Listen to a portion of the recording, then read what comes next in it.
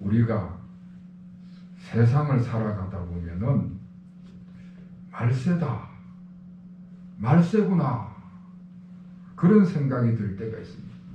여보, 말세야, 세상이 말세인가 보다, 그런 이야기를 들을 때가 있습니다. 여러분은 어떨 때 세상이 말세구나, 그런 생각이 들던가요? 대부분의 사람들은 이 세상에서 비정상적인 일이 일어났을 때, 가령 사람들이 감당할 수 없는 엄청난 천재지변이 일어났을 때라든지, 사람으로서는 도무지 인간으로서는 저지를 수 없는 어떤 그런 끔찍한 그런 범죄를 겪고 보면은, 그런 범죄를 보게 되면은, 아이고, 세상이 말세인가 보다, 그런 생각이 들 것입니다. 아주 큰 지진이 일어나서 수많은 사람들이 죽음을 당하거나 홍수나 가뭄이나 이런 기상이변으로 인해서 천재지변이 일어날 때 대부분 그런 생각을 하게 되지. 그뿐만 아니라 전쟁이 일어난다든지 지진이 일어난다든지 질병으로 인해서 많은 사람이 죽어가면은, 그럴 때 이제 말세가 됐나 보다, 그런 생각을 가지게 됩니다. 예수님께서 오늘 본문 말씀에서 말세에 대해서 말씀을 해주고 있습니다. 오늘 본문 말씀에는 예수님께서 이런 징조가 있을 때가 말세다 말씀을 하시고 있습니다. 여러분, 이 세상에 말세가 되면은 여러 가지 징조가 있는데, 그 여러 가지 징조를 둘로 나눠서 볼 수가 있습니다. 하나는, 말세가 되면은 말세에 나타나는 징조 중에 하나는 우리 그리스도인들에게, 우리 예수 믿는 사람들에게 나타나는 징조가 있습니다. 말세가 되면은 그리스도인들에게 나타나는 징조가 있는데, 그 첫 번째가 우리 그리스도인들이 핍박을 받게 될 것이다, 성경은 말씀을 하고 있습니다. 예수 그리스도의 복음이 만국에 전파가 되겠지만은, 그와 동시에 그리스도인들이 엄청난 핍박을 받게 될 것을 성경은 말씀을 하고 있습니다. 그리스도인들에게 무차별적인 핍박이 있게 되는데, 심지어는 가장 가까운 사람에게서부터, 가족들로부터 핍박을 받게 될 것이다, 말씀을 하고 있습니다. 여러분, 우리 기독교 역사는 핍박의 역사다, 그렇게 해도 과언이 아닙니다. 교회가 처음 세워졌을 때에 로마 제국으로부터 엄청난 핍박을 받았습니다. 그 후에도 얼마나 많은 핍박이 있었는데, 특히 다른 종교들, 기독교 외에도 종교들이 있는데, 그런 종교들보다 유독 기독교가 핍박을 많이 받았습니다. 참 우리나라는 대단하고 감사한 게, 우리나라는 종교 간의 핍박은 없어요. 세계적으로 유일한 나라가 우리나라입니다. 우리나라에도 여러 종교가 있는데 종교 간에 그렇게 질시하고 핍박하는 경우가 없어서 참 우리나라는 신앙생활하기에 좋은 나라입니다. 그런데 조금만 이 동남아로 내려가든지 저 중동 지역으로 내려가면은 종교 간의 핍박이 굉장합니다.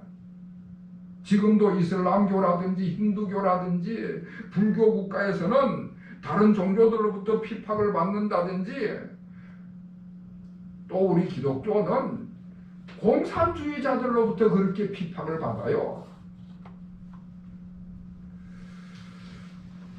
우리나라는 종교 간의 핍박은 없는데, 가끔 가다 보면은 언론이 기독교에 대해서 아주 아주 적대적인 태도로 비판하는 기사를 보게 됩니다.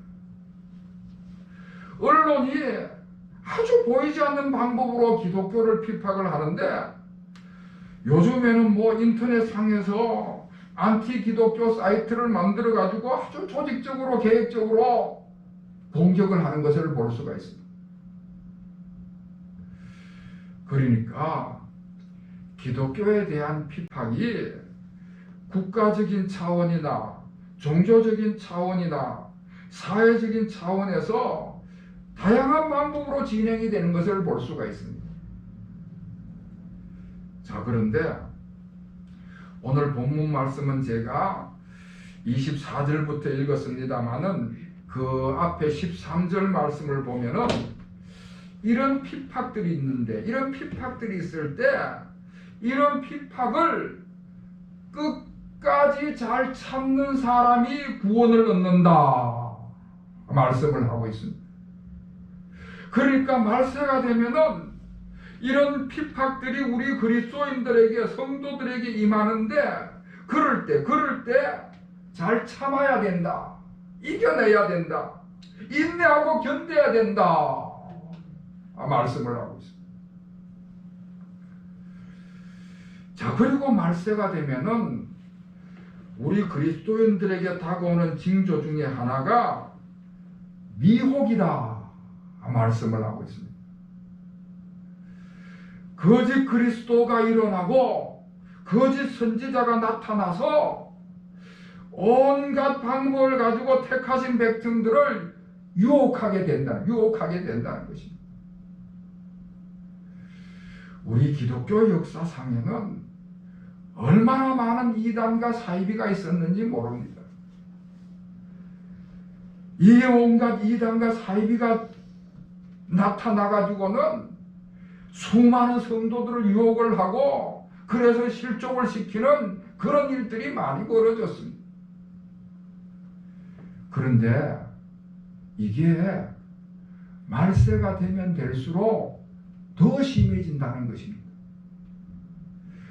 우리나라에도 전도관이니 통일교니 구원파니 하나님의 교회니 신천지니 얼마나 많은 이단들이 있는지 모르고요. 심지어 외국에서 들어온 몰몬교라든지 여호와 증인이라든지 안식일교 같은 이런 이단들이 아직도 활개를 치고 있습니다. 그래서 우리 성도들은요, 말세가 다가오면 다가올수록 이 사이비 이단에 빠지지 않도록 조심을 해야 된다. 이 사이비 이단들이 교묘한 방법으로 유혹을 걸어가고 거기에 미혹이 되면은 꼼짝없이 넘어가게 되는 것입니다. 겉모습만 봐가지고는 잘 모르기 때문에 분별력을 가지고 늘 사이비 이단의 유혹을 잘 물리칠 수 있어야 된다. 할렐루야. 그래서 성경에서 계속해서 하는 이야기가 믿음의 정조를 잘 지켜라.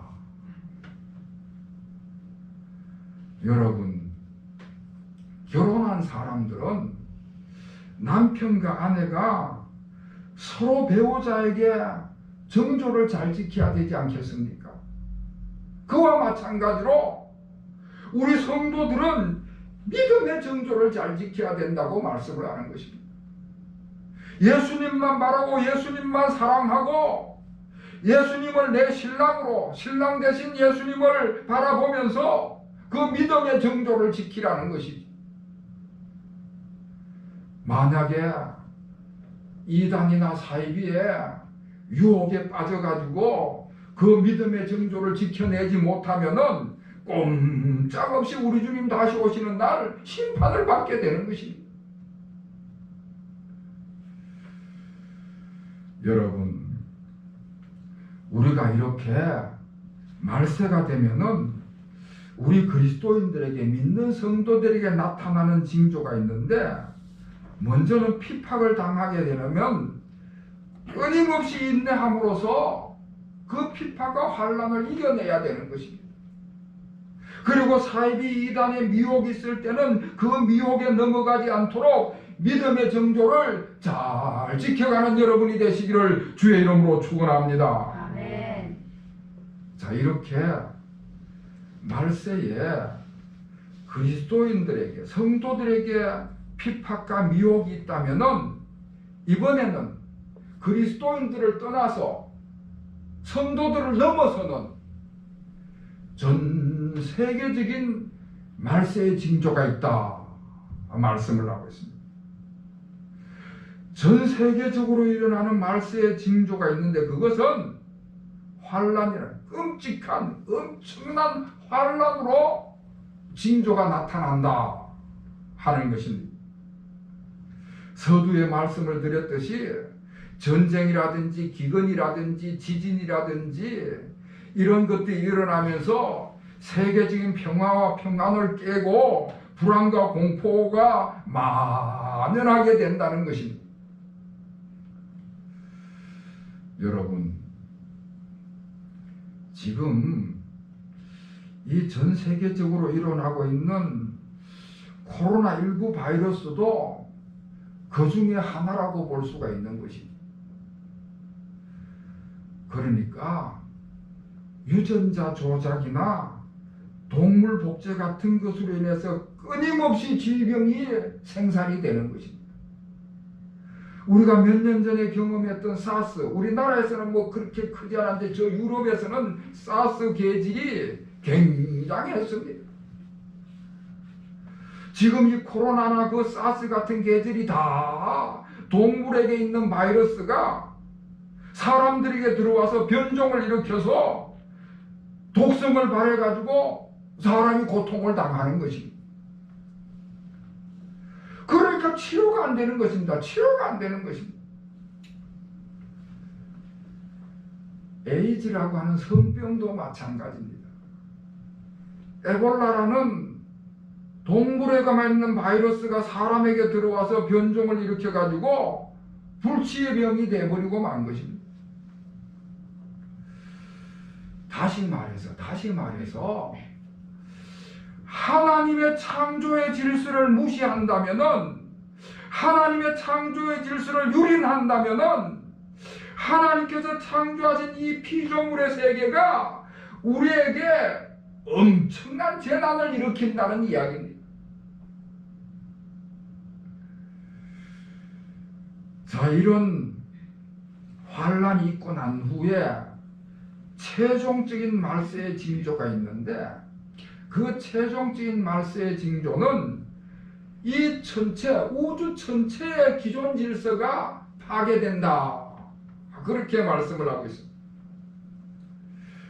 우주 전체, 이 우주의 전체의 그 기존 질서가 파괴돼서 혼돈과 혼란이 일어나게 된다는 말씀을 해주고 있습니다. 오늘 우리가 읽은 24절, 25절 말씀이 그것입니다. 해와 달과 별이 떨어지고, 해와 별이 다 떨어지고 어둠이 있게 되고 혼돈이 있게 될 것이다. 성경은 그렇게 말씀을 하고 있습니다. 여러분, 구약 성경을 읽어보면요, 하나님이 진노를 하셔서 하나님이 심판의 때가 이르면은 이 우주 전체가 혼돈과 혼란이 일어날 것을 예언을 하고 있습니다. 그러니까 이 우주 전체가 혼란과 혼돈을 겪게 되면은 그때가 하나님이 진노하셔서 심판하실 때가 가까이 왔다 하는 것을 말씀해 주는 것이죠. 자, 그러면은 이런 환란과 혼돈이 일어날 때 어떻게 해야 되느냐? 어떻게 해야 되느냐? 우주 전체에 환란과 혼돈이 일어나게 되면은 그게 하나님의 심판인데, 이런 하나님의 심판이 임하면은 제일 먼저는 죄인들이 하나님의 심판을 받게 되는 것입니다. 제일 먼저 하나님께서 죄인들을 심판하셔서 영원토록 멸망시키는 것이지. 그 오시고 나서 이제 우리 성도들이 믿음의 택함 받은 백성들이 구원을 받게 되는 것입니다. 다시 말해서 그때가 우리 주님이 가장 가까이 다가오실 때인 것이고, 그때가 바로 우리가 구원받을 때가 가까이 다가왔다 여기면 되는 것입니다. 사랑하는 성도 여러분, 환난과 혼돈이 일어나게 되면은 우리 주님께서 다시 오실 때가 됐다는 것을 믿으시고 담대한 여러분이 되시기를 주의 이름으로 축원합니다. 아멘. 우리 주님께서 마지막 때에 이제 재림의 주로 다시 오시게 되면은 영광 중에 다시 오신다 말씀을 하고 있습니다. 우리 주님께서 영광 중에 다시 오시는 것을 우리 성도들이 보게 될 것이다. 26절 말씀, 여러분 26절 말씀을 우리 다 같이 읽겠습니다. 시작. 그때 인자가 구름을 타고 큰 권능과 영광으로 오는 것을 사람들이 보리라. 아멘. 그때에 인자가 우리 주님께서 재림주로 구름 타고 큰 권능과 영광으로 오시는 것을 모든 사람이 보게 될 것이라고 말씀하고 있습니다. 땅과 하늘은 혼돈과 어둠에 쌓여 있지만은 우리 주님께서는 큰 권능과 찬란한 영광으로 재림을 하시는 것이죠. 우리가 잘 알듯이 예수님께서 메시아가 이 땅에 오신다는 예언의 말씀이 구약에 455번이 나옵니다. 그 구약의 예언대로 메시아로 우리 주님께서 인간의 육신을 입고 이 땅에 오셨지요. 자, 그러면은 그렇게 성천하신 우리 주님께서 다시 오시리라고 예언하신 성경 말씀 얼마나 많으냐. 주경학자들에 의하면은 신구약을 다 합쳐서 1518번이나 나온다고 이야기를 합니다. 그러니까 성경에 메시아가 오실 것을 예언한 대로 우리 주님께서 이 세상에 오셨고, 우리 주님께서 다시 오실 것을 예언하신 것은 또다시 그대로 성취가 될 줄로 믿으시기를 주의 이름으로 축원합니다. 아멘. 그런데 그 주님께서 다시 오실 때는 구름을 타고 큰 영광 중에 권능과 영광으로 오신다 말씀을 하고 있습니다.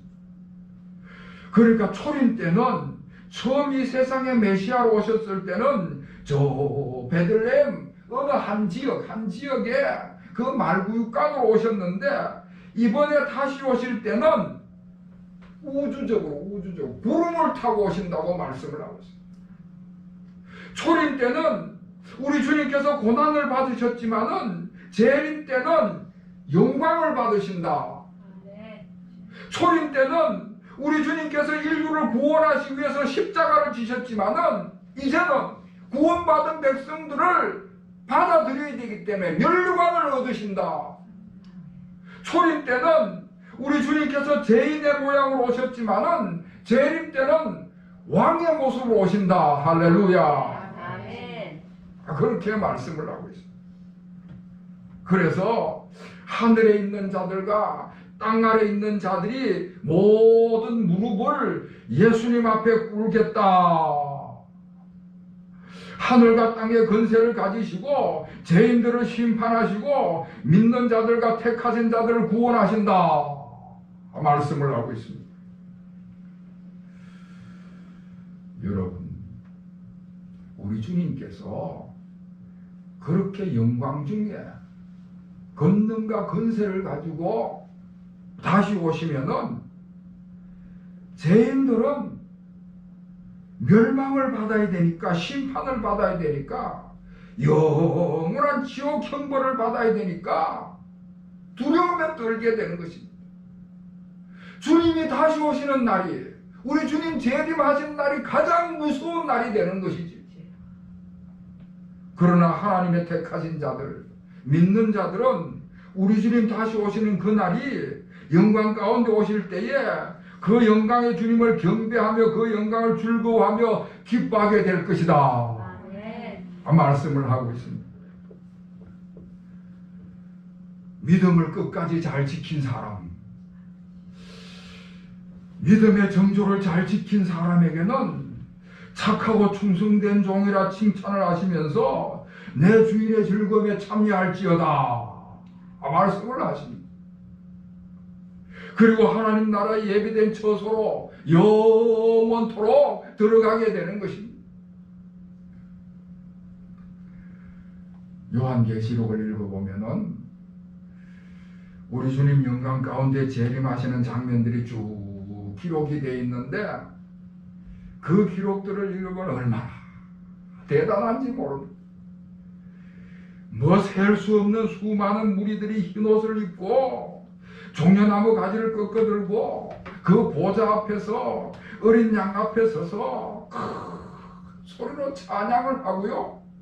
모든 천사들이, 모든 장로들이, 그 신비한 생물들이 하나님께 경배를 하면서 찬송과 영광과 지혜와 감사와 존귀와 영광을 돌린다 말씀을 하고 있습니다. 자, 그런데 여러분, 여기서 참으로 감사하고 중요한 것은요, 우리 주님이 그렇게 영광 가운데 오실 때에 그렇게 수많은 흰옷을 입은 천사들이 하늘의 천사들과 함께 찬양하고 영광을 돌릴 때, 그때가 바로 그 영광에 우리도 동참하는 시간이다. 우리 주님 영광 받으시는 그때가 여러분과 저도 믿음의 정조를 지켜서 그 마지막 때 주님 앞에 서는 저와 여러분들이 그 영광에 동참할 것을 말씀해 주고 있습니다. 말세를 당하여서 온갖 환난과 핍박과 유혹이 닥칠 때에 그 환난과 핍박과 유혹을 다 물리치고 견딘 사람들은 우리 주님의 영광에 동참하게 된다 말씀을 하고 있습니다. 자, 그런데 그러려면은 오늘 본문 28절 이하에서 계속해서 하는 이야기가 뭔가 하면은 깨어있으라, 깨어있어야 된다. 33절 말씀해 보면은 주의하라, 깨어있으라. 34절, 35절, 37절 계속해서 깨어있으라고 말씀을 하고 있습니다. 영광 중에 다시 오실 주님이 언제 오실는지 그때와 그 시간을 알 수 없으니까 우리 하나님 아버지만 아시고 언제 오실는지는 아무도 알 수 없기 때문에 우리가 항상 깨어 있어야 된다. 우리 주님 오실 소망을 가지고 준비하고 있어야 된다.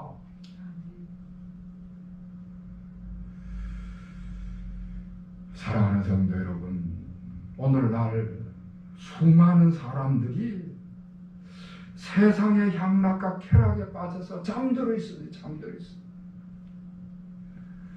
술에 빠져서 잠들어 있는 사람들이 있고요. 운동이나 취미에 빠져서 잠드는 사람이 있고요. 어떤 사람들은 조그마한 핍박과 유혹을 못 이겨가지고 그게 짓눌려 살아가는 사람이 있고요. 어떤 사람들은 이단과 사이비에 미혹되어서 분별력을 잃고 정신을 못 차리고 있는 것이지. 그렇게 되면은, 그렇게 잠들어 있으면은 그런 사람들은 우리 주님 다시 오실 때 영접을 하지 못하니까 버림받게 되는 것입니다. 그러나 항상 깨어있는 사람들, 깨어서 믿음을 잘 지키는 사람들은 우리 주님 오실 때에 다 영광 가운데 영접하게 될 줄로 믿습니다. 아멘. 우리 주님께서 인간의 육신을 입고 이 땅에 오셔서 십자가에 죽으셨지만은 다시 부활하셔서 성천하셨습니다. 성천하신 우리 주님께서 다시 우리에게 약속하시기를 구름을 타고 큰 권능과 영광 가운데에 다시 오실 것을 약속을 하셨습니다. 우리 주님께서 다시 오실 때에 우리 믿는 자들은 기쁨으로 우리 주님을 맞이하게 될 것이고 그 영광에 참여하게 될 것입니다. 우리 모든 성도들 깨어서 믿음을 잘 지켜가시기를 주의 이름으로 축원합니다. 아멘. 우리 주님 영광 중에 다시 오실 때에 우리 모두가 주님을 기쁨으로 맞이할 수 있게 되기를 다시 한번 우리 주님의 이름으로 축원합니다. 아멘. 기도하겠습니다. 하나님 아버지, 저희들이 잠들지 않도록 늘 깨어있게 하심을 진실로 감사를 드립니다. 아무리 환난과 핍박과 유혹이 저희들을 억눌러도 정신을 차리고 깨어 일어나게 하여 주시옵소서. 깨어서 믿음을 지키게 하여 주옵시고 믿음을 잘 지키고 있다가 우리 주님께서 영광 중에 다시 오실 때에 아멘 주 예수여 어서 오시옵소서 기쁨으로 영접하고 우리 주님의 영광의 기쁨으로 감사함으로 모두 참여하는 우리 모든 성도들 되게 하여 주시옵소서. 예수 그리스도의 이름으로 간절히 기도하옵나이다. 아멘.